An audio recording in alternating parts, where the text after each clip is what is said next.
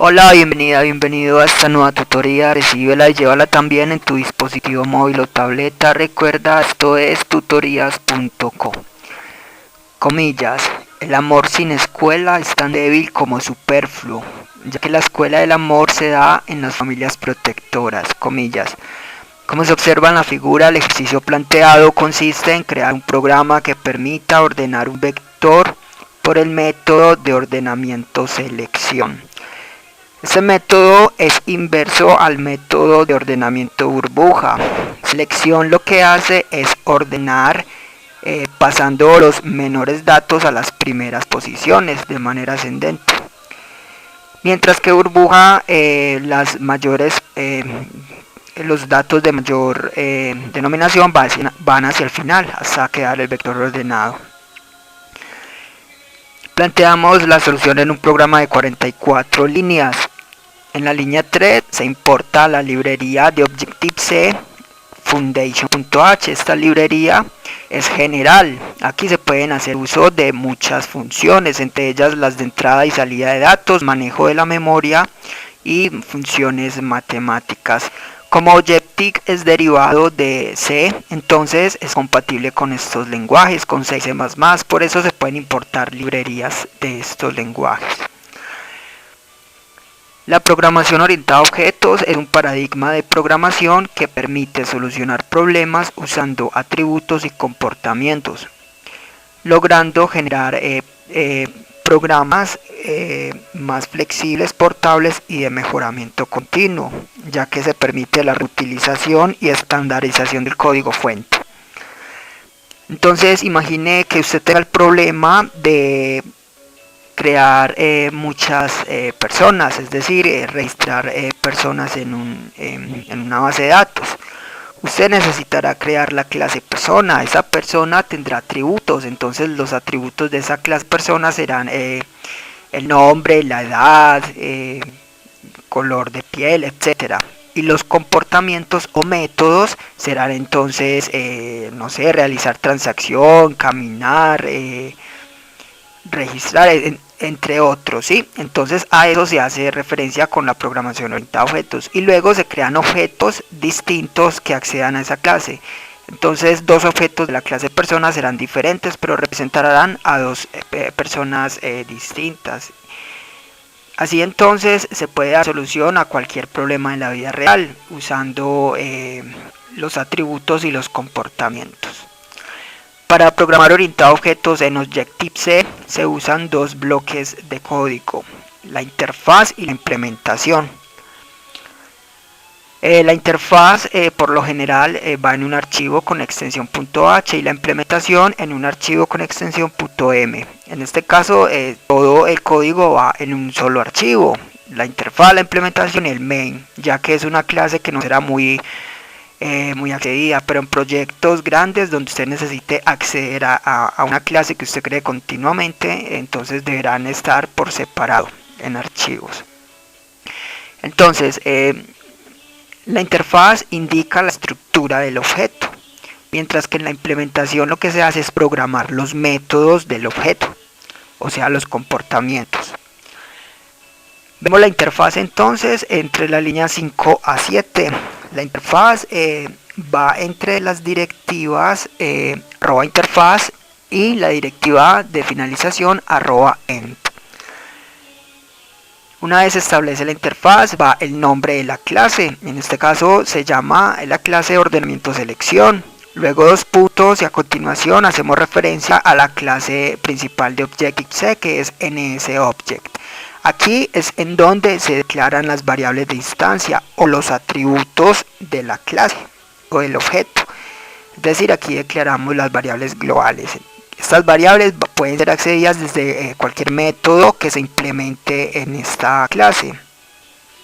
Aquí vemos que declaramos para el método de ordenamiento selección las variables j, y, x, auxiliar y p, todas de tipo entero. Entonces la variable j y la variable i son simplemente variables que se usarán como controladoras de los ciclos for entre el método de ejecutar. La variable x también será una variable controladora de un ciclo. Observe que acá X se pudo haber omitido, hacer uso de I o J, ya que para este último ciclo for ya se debió haber procesado los dos ciclos anteriores.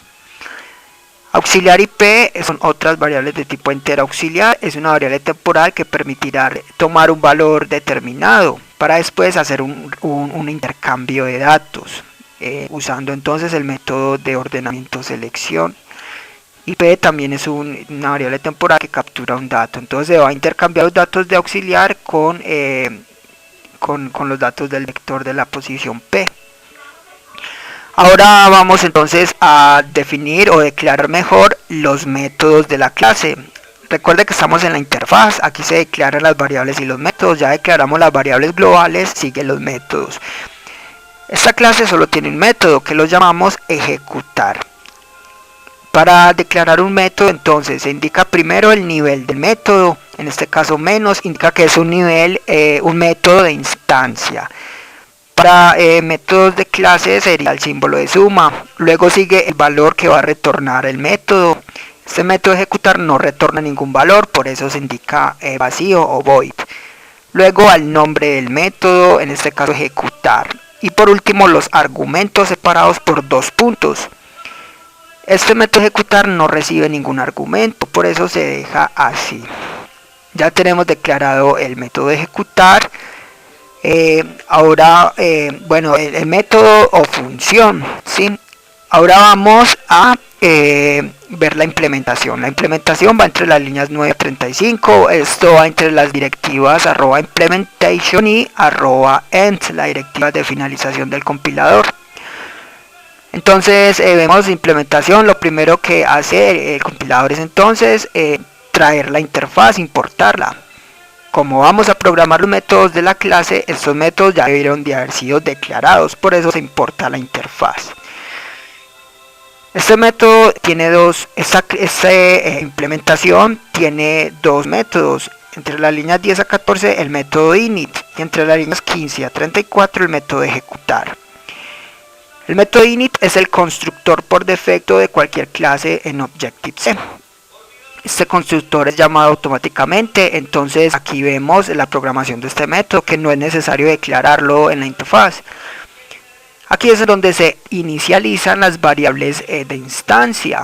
Este ejercicio no demanda o no pide inicializar variables, por eso no se inicializa ninguna. Self es una variable global que permitirá acceder a cualquier variable o argumento atributo de la clase.